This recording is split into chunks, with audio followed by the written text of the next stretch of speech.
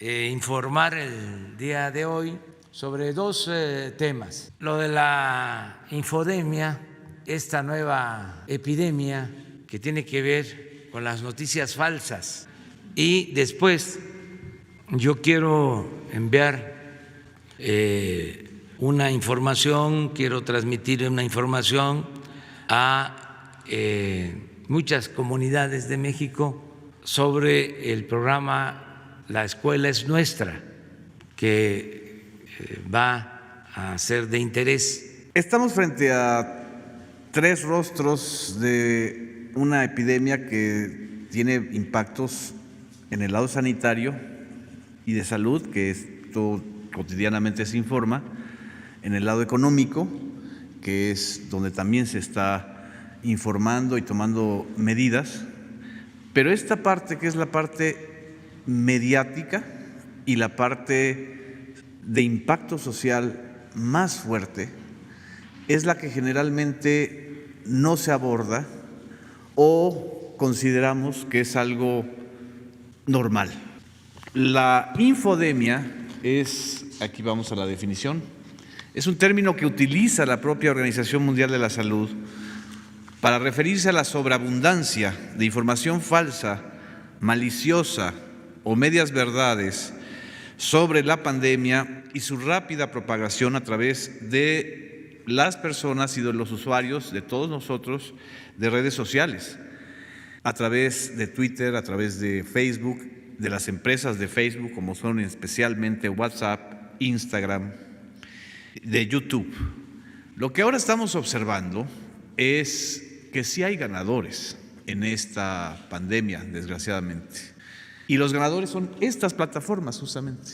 El nivel de ingresos y de ganancias que han tenido en este primer trimestre del año, empresas como Facebook, empresas como Google, empresas como Amazon, como Microsoft y en menor medida, aunque muy importante también Twitter, son el resultado de esto justamente. Facebook tan solo en el primer trimestre de este año tuvo ganancias superiores a lo que los mexicanos residentes en Estados Unidos mandaron a México en remesas. Facebook tuvo 4.902 millones de dólares de ganancias, 5.000 millones de dólares, para hacerlo cerrado. Facturaron 18.737 millones de dólares. Y no hablemos de Google, porque Google es el gran gigante que tuvo más de 6.000 millones de dólares de ganancias, 6.836 millones de dólares. ¿Y a quién pertenece? ¿Y YouTube a quién pertenece? A Google. YouTube generó en este periodo un crecimiento muy importante de 52%, más que en el primer trimestre del año 2019. Entonces, cuando estamos hablando de infodemia, estamos hablando sobre todo de algo que es un fenómeno transnacional, en donde están estas grandes plataformas. Twitter, por ejemplo, también ha crecido mucho. Twitter ha tenido un incremento de los usuarios de 152 a 166 millones de usuarios en todo el mundo. Y en Twitter, sobre todo, lo que ha habido es una intensificación de la diseminación de versiones falsas y de versiones incluso hasta alteradas de videos que se truquean para dar la impresión exactamente inversa de lo que está sucediendo. Tiene una alta tasa de transmisión y de proliferación porque la transmisión en las redes sociales tiene que ver con algo que es lo que yo creo que los ciudadanos debemos empezar a conocer, el poder del algoritmo. Así como en la televisión o en la radio, el nudo central del negocio es el rating, o en los medios impresos es el número de suscriptores o de ejemplares vendidos, en las redes sociales el tema es el algoritmo. Es la fórmula secreta que hace que a nosotros nos llegue determinado contenido en Twitter, en Facebook, en YouTube, y que tiene que ver con nuestros datos personales. el gran negocio en este tiempo y sobre todo en estos meses en donde todos hemos estado en confinamiento o usando hasta 50 o 60% más las redes sociales, son nuestros datos. Nuestros datos, no solamente los datos personales, sino los datos que nosotros generamos cuando estamos usando estas redes sociales, ¿no? Ya sea nuestros miedos, nuestras angustias, nuestras preferencias, nuestras alegrías, pero sobre todo nuestros miedos. En estos momentos, la infodemia más delicada, más importante, es la que está ocurriendo a través de WhatsApp. La infodemia ha bajado un poco, no tanto, en Twitter, porque los promotores de noticias falsas están como medio acalambrados, ¿no?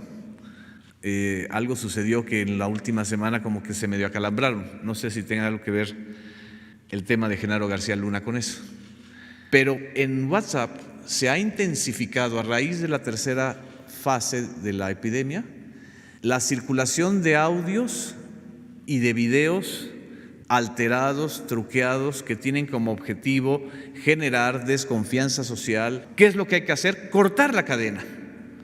Lo que hay que decirle a los ciudadanos es que no compartan ese tipo de audios, ni de videos, ni de mensajes, por más que se los haya mandado su comadre, su compadre, su amigo, su colega, porque eso lo que está generando es mucho más miedo y mucha más dependencia que el propio coronavirus. Porque el negocio ahora, el negocio de los que hacen la infodemia, es intoxicar las redes sociales, ¿sí? Y la intoxicación, como en un paralelismo con el tema de las adicciones a las drogas, lo que te genera es lo que algunos llaman la dopamina digital. Es decir, si nosotros escuchamos, vemos y compartimos información negativa, hay un efecto emocional en nosotros que nos hace adictivos a eso, como también nos podemos hacer adictivos a los memes o a las burlas. Este asunto es todavía más perverso porque se trata de enganchar a la gente, ¿sí? Aunque sean absolutamente ridículas, increíbles las versiones, el tema es que se viralice, que se comparta de manera mucho más rápida.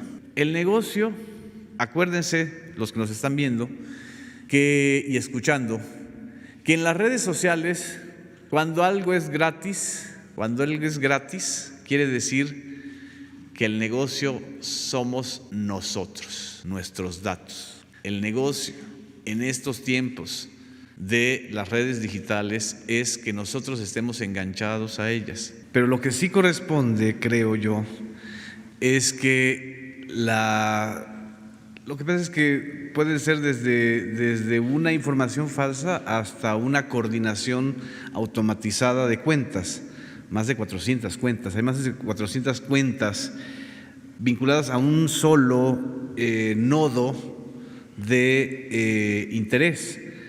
Lo que aquí creo que importa mucho es que Twitter, la empresa Twitter, haga transparente no solamente los ingresos que tenga, sino que señale al usuario, o que nos señale a los usuarios, así como verifica cuentas con esa palomita, que también pusiera algún distintivo en donde se señale que esa información o esas cuentas están coordinadas y pagadas. Es como la gacetilla.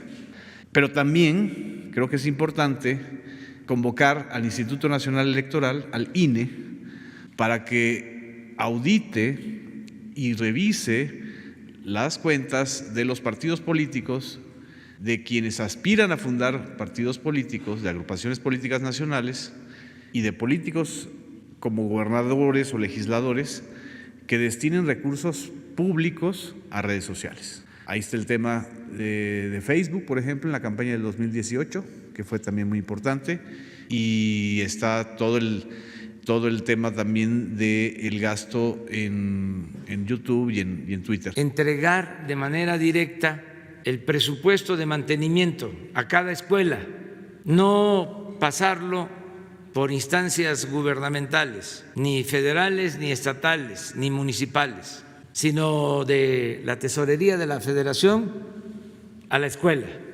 a la sociedad de padres de familia. Se forma un comité en cada escuela con padres, madres de familia, maestros, y ese comité es el que recibe los fondos.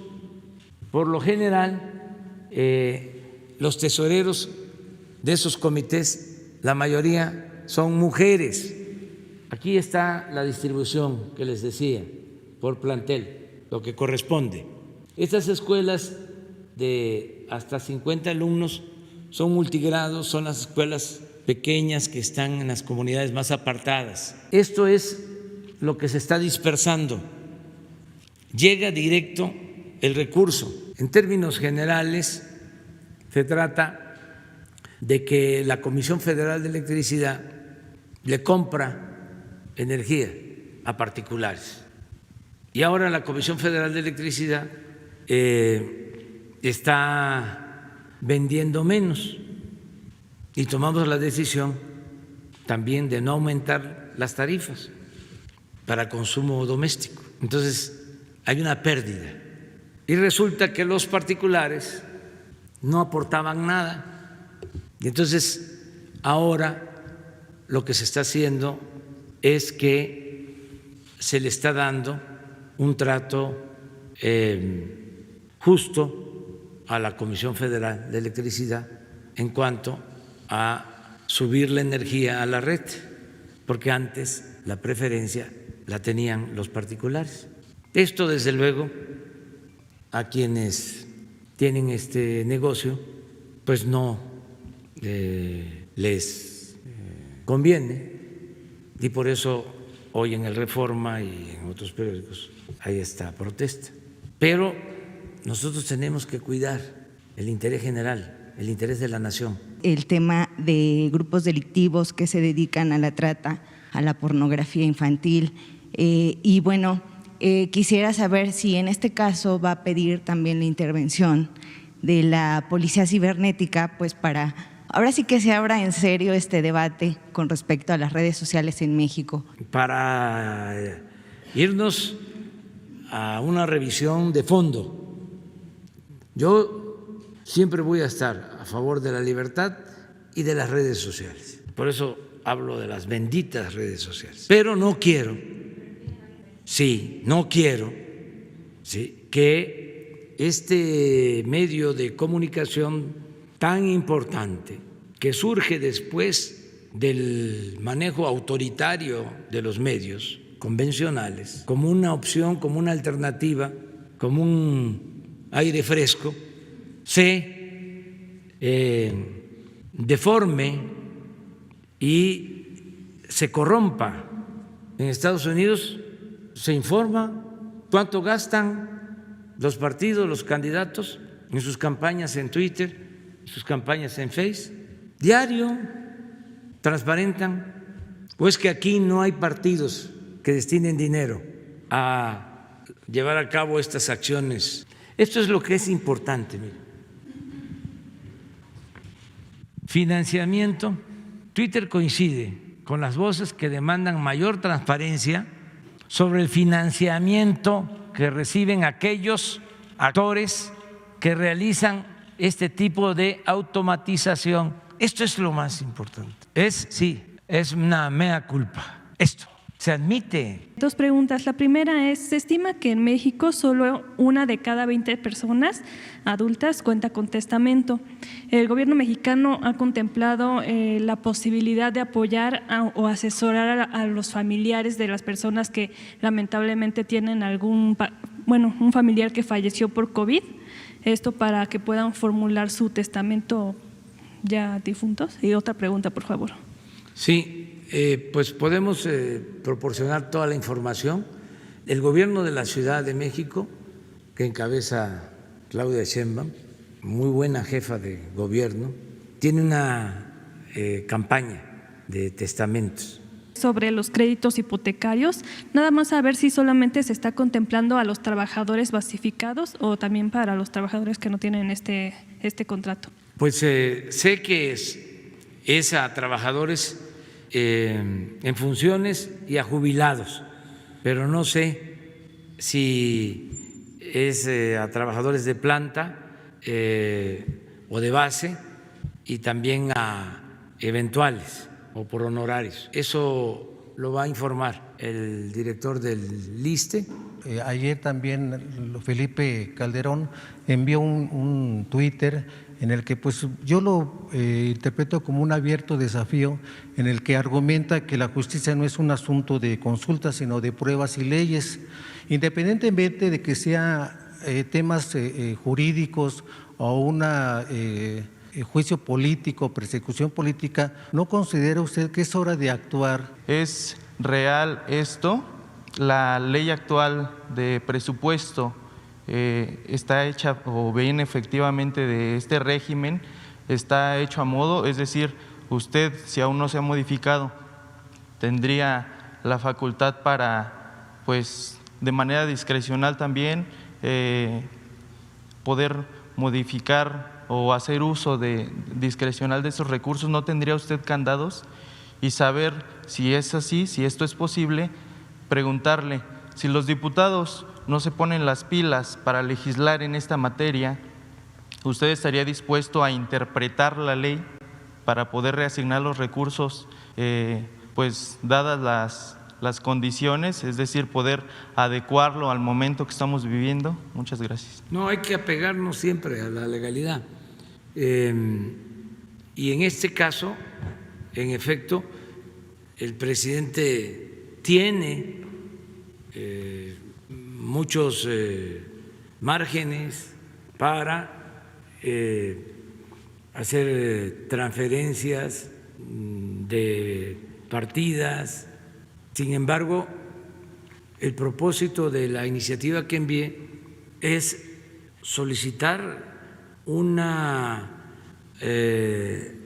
nueva elaboración del presupuesto a partir de la nueva realidad y enviarles a ellos la propuesta que se va a aplicar, porque ya no es como antes, de que había contubernio. Ahora está bien pintada la frontera, la línea divisoria entre autoridad y delincuencia. Y a pesar de lo que nos dejaron, ahí vamos avanzando. Eso fue ayer, 76 homicidios. Este es nuestro problema ahora. Y no estamos cruzados de brazos por lo que tú mencionas, los planes especiales. Ahí tenemos miles de elementos en Guanajuato, pero está bien arraigado el problema. Lo dejaron crecer.